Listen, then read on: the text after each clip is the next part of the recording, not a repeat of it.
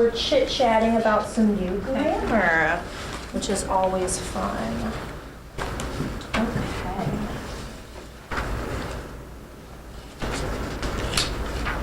All right, so we're talking about relative clauses today. Relative clauses. Has anybody ever heard about this concept before? Yeah, maybe. Maybe? Yeah. All right. That's good, okay. So first let's start off with what is a clause? We've talked about them a little bit in class. Does anybody remember what a clause is? It's like a phrase, like Beginning with F. Maybe. maybe. Possibly. All right. I know it's early, or it's late, I guess, but we've had a week off. So a dependent clause is not a complete thought, so it's going to be what we would call a fragment, right? We've talked about fragments before, but it does contain a subject and then a predicate, or kind of a verb phrase, right?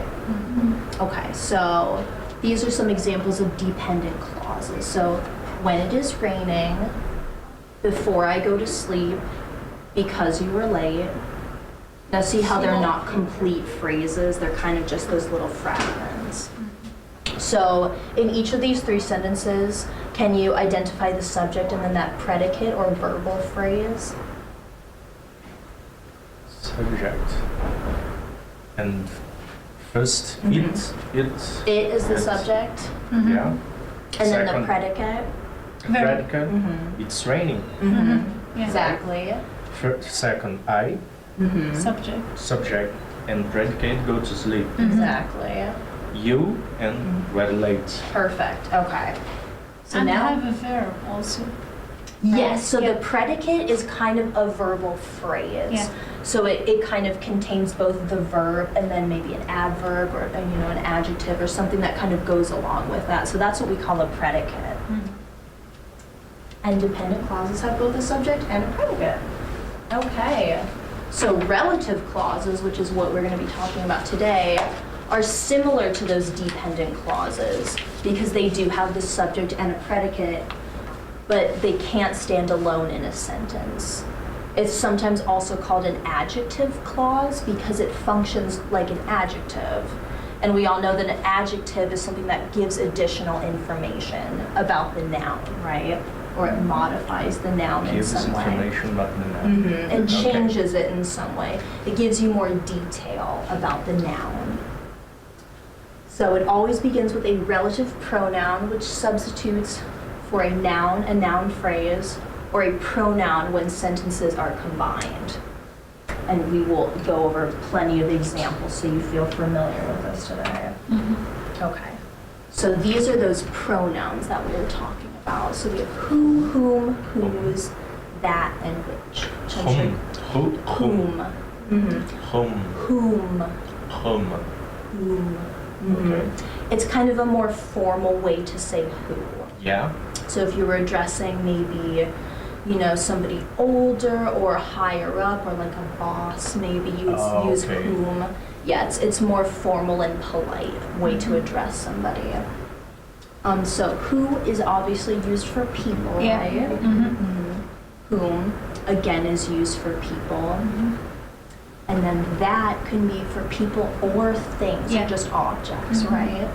And same with which. And we have some things called restrictive and non-restrictive clauses, and we'll get into those more. But just for reference, that is only used in restrictive, and which can be used in restrictive and non-restrictive. It all makes sense in a little bit, I hope. Okay. It's okay. Can somebody read for me these examples, please? Go ahead, Milan. I am afraid of the dog that bite me, and I am afraid of the dog that bite me. Good. I like that person was nice to me, and I like that person who was nice to me. Right. So the second one, these ones are those relative clauses, right? So they kind of take two sentences and kind of combine them into one using these kind of relative pronouns, right? So instead of, saying both these sentences, you can condense it or shorten it into one sentence like that. So in the first sentence, we're using that. My bike that has a broken seat is blue. Or, we can end the sentence however we want. But when we're using that in this context, it means that you have more than one bike. So, but we're talking about your bike that is blue. In the second sentence where we use which, my bike, which has a broken seat, is blue.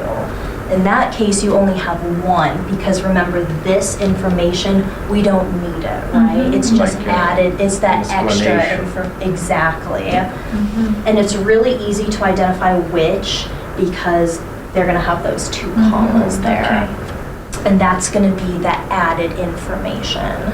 If you remember in the slide, it said, which is located in Kentucky or something like that.